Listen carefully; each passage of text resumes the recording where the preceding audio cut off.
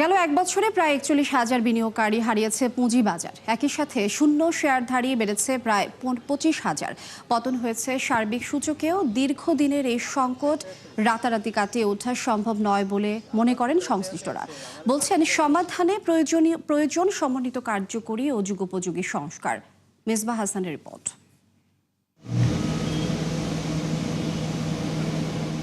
২০১০ সালে পুঁজিবাজারে বিনিয়োগ শুরু করেন আলমগীর হোসেন। গেল ১৪ বছরে জমিজমা ও স্বর্ণ অলংকার বিক্রি করে খাটিয়েছেন প্রায় কোটি টাকা। কয়েক মাস আগ পর্যন্ত সব কোম্পানি মিলিয়ে পুঁজি ছিল ৩৭ লাখ। তাই ক্ষতি কাটিয়ে উঠতে সব লগ্নি করেন একীভূত হওয়া ৫ ব্যাংকের শেয়ারে।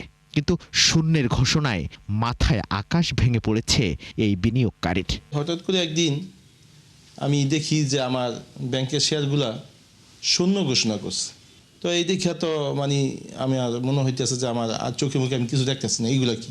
শুধু আলমগীর নয়, গেল এক বছরে তার মতো শূন্য শেয়ারধারীর সংখ্যা ছাড়িয়েছে ৪০,০০০। সিডিবিএল এর তথ্য বলছে এই সময়ে প্রত্যক্ষ ও পরোক্ষভাবে নিষ্ক্রিয় হয়েছেন ৬৬,৩২২ জন বিনিয়োগকারী। এর মধ্যে বন্ধ হয় ৪২,২২০ জনের বিও হিসাব। এছাড়া শেয়ার শূন্য বিও হিসাব বেড়ে দাঁড়িয়েছে ৩,৬৯,০০০, যা ইতিহাসে রেকর্ড। চাকরি জীবনের সমস্ত টাকা সহ ২ কোটি টাকার উপরে লস হয়েছে। সারা বাংলাদেশের যখন সমস্ত লোক পুঁজিবাজারে প্রায় 98% লোক যেখানে ক্ষতিগ্রস্ত, তাদের পক্ষে যখন আমি যুদ্ধ বা লড়াই করছি, তখন আমি আর নিজের কথাটা ভুলে গেছি। সিডিবিএল এর এই তথ্য পুঁজিবাজারের সার্বিক অবস্থা বোঝার জন্য যথেষ্ট। তবে এর বাইরে ডিএসির তথ্য বলছে গেল এক বছরে প্রধান সূচক খোয়া গেছে প্রায় ২০০। ডিএসিতে প্রতিদিন গড়ে লেনদেন হয় ৪৫০ কোটির নিচে। আমরা একটা ধরেন দুষ্ট চক্রের মধ্যে পড়ে গেলাম, একটা ভিশিয়াস সার্কেলের মধ্যে আমরা ঘুরছি। এটা থেকে বেরিয়ে একটু সময় নেবে।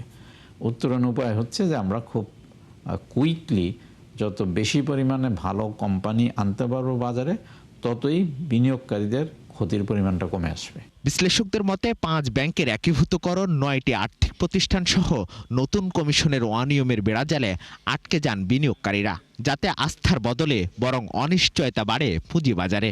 তাই সমস্যা সমাধান না হলে দীর্ঘমেয়াদী নেতিবাচক প্রভাবের শঙ্কায় সংশ্লিষ্টরা।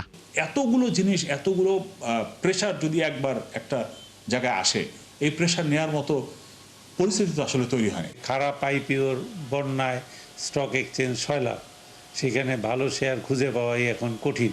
সেই জিনিসগুলোর কারণে মার্কেটের যে কনফিডেন্স লেভেল, সেটা কিন্তু অনেক কমে গেছে। গেল এক বছরে বিনিয়োগমুখী করতে নতুন কোনো প্রতিষ্ঠান যুক্ত হয়নি পুঁজিবাজারে। মেজবা হাসান, ৭১, ঢাকা।